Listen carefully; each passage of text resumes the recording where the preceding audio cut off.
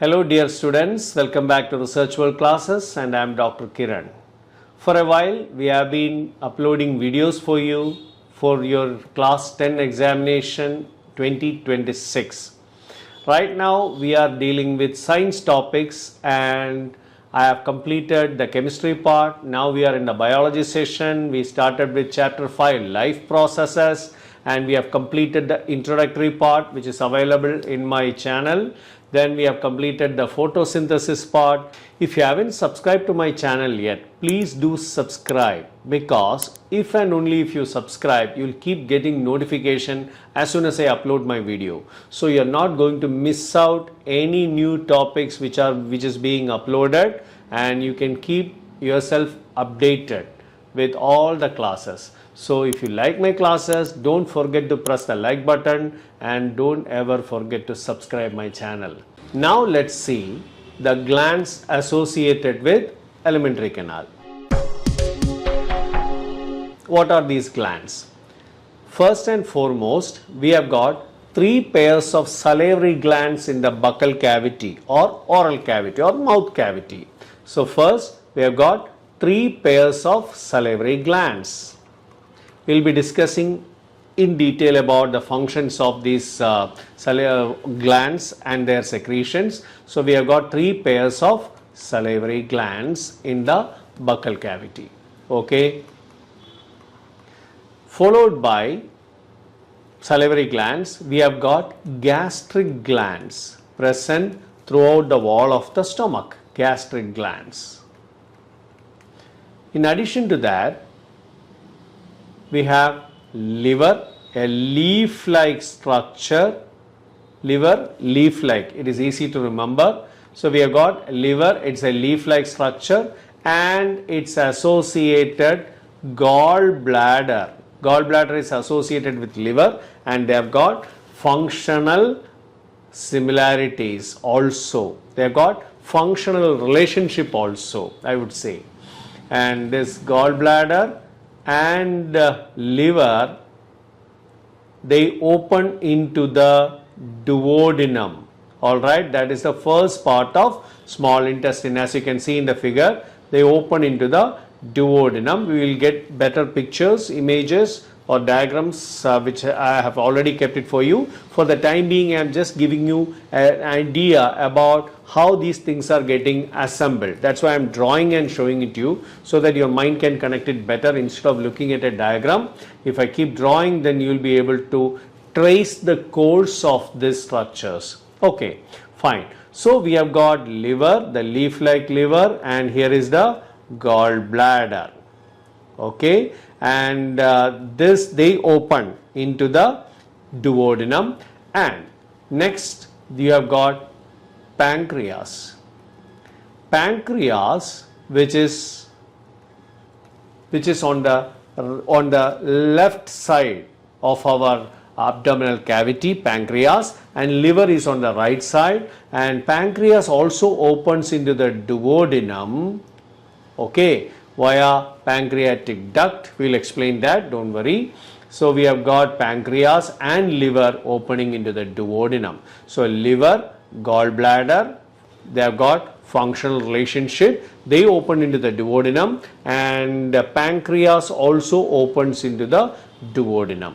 Okay, so we have got salivary glands, gastric glands, liver with gallbladder, pancreas. These are all accessory organs assisting digestion. Okay, now in the duodenum we have got what are called intestinal glands also. On the wall of the duodenum we have got intestinal glands. They also produce, these glands produce enzymes, alright, enzymes and other secretions which assist in digesting the food. Okay, so we have the gross anatomy of alimentary canal and different organs or different formations in the alimentary canal. Then we have got glands associated with alimentary canal which helps in digesting the food. Okay, having studied this far, now we will start taking up each and every part in detail. Okay, so let me start with buccal cavity. But before going into buccal cavity, whatever we have just studied, I will show you it in the NCERT textbook figure. This is what is shown in the NCERT book. As you see, we have got the mouth or buccal cavity, and that leads to, of course, pharynx is not shown in this picture, but we obviously know that there is something called a pharynx, followed by esophagus. Then we can see this J-shaped stomach, all right, and stomach leads to small intestine. You can see that small intestine, and small intestine, you can see this folded small intestine in the picture, and that leads to large intestine. You can see this appendix here, and this should be the cecum I was referring to. Then we have got ascending colon, transverse colon, and descending colon. So they have given it as large intestine, and in bracket they have given colon, and now you know the whole story, what exactly is large intestine and the three different regions of large intestine. So large intestine, that is cecum, colon, and then finally we have got rectum, and anus is the opening through which we remove our waste material. So this is what is shown in the NCERT textbook. Now, in addition to that, you can see liver, the leaf-like liver, and the gallbladder which stores bile. I am going to discuss the function of liver and gallbladder in detail. So we have got liver, gallbladder on the right side of our stomach, and on the left side we have got pancreas as it is shown here. Okay, so this is all about the gross anatomy of alimentary canal and associated glands. Okay, so now we will start with buccal cavity. Buccal cavity or mouth cavity has got teeth for grinding or masticating the food, which assist in digestion, easy digestion.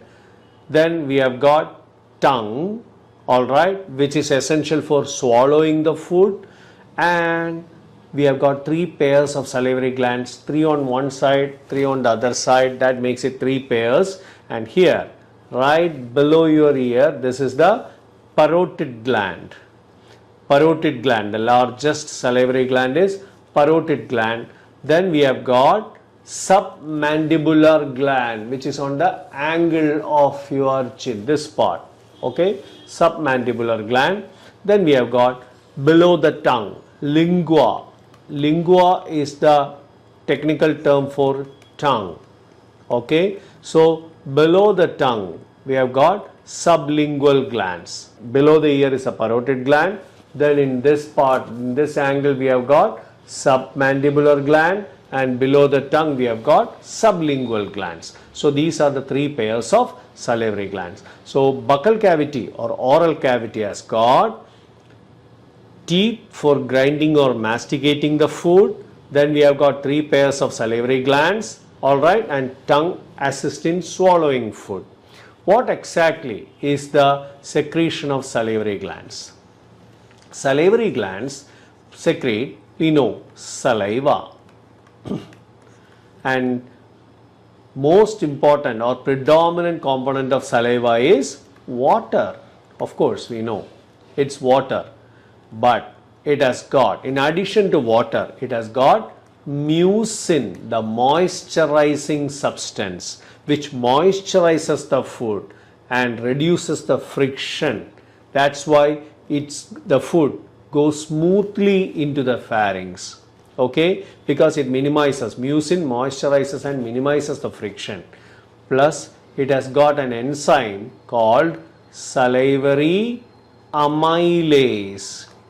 All right, salivary amylase or tyalin, also called aka, also known as tyalin. So salivary amylase, amylum, the word amylo itself means sugar.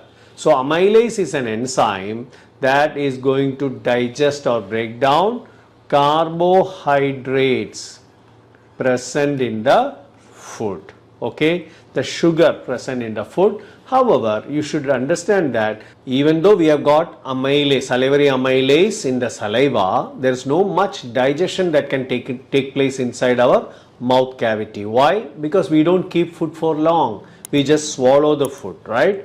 Fine. So now we have covered the first part, that is buccal cavity. In the buccal cavity or oral cavity, we have got teeth which will grind or masticate the food. Tongue or lingua will assist in swallowing food. Salivary glands produce saliva which will moisturize the food, as well as the amylase present in the saliva will start or help in digesting carbohydrates. Okay, now we will move on to the next part of our stomach, which is obviously pharynx and esophagus. Peristalsis. Alright, this is called peristalsis, and because of peristalsis, food keep moving down and it will enter into the stomach. Another important point which you should remember is at the end of the esophagus, that is the point which connect esophagus to the stomach, we have got muscular bands which can tighten and which can be loosened like a noose. Okay, like a noose, which you can just tighten it or you can loosen it, and this tightening and loosening regulate the amount of food entering into the stomach. Okay, and this bands of muscles which act as some kind of a noose, and this is called a sphincter. This is called a sphincter. Okay, so sphincter is present at the junction of esophagus and stomach. That means entry of food from esophagus to the stomach will be controlled by the sphincter. Okay, in this figure you can see the mechanism of movement of food through esophagus. You can see the peristaltic wave. See this, you have got relaxed muscles. Here you can see muscles are contracting. When they contract, they start pushing down the food. Look at that. Look at that. It keeps pushing down the food. Every contraction will drive the food down into the stomach. Okay, and if you see this particular figure,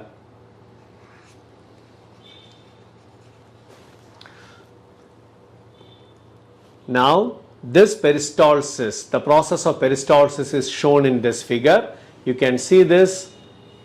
We have got a relaxed muscle portion.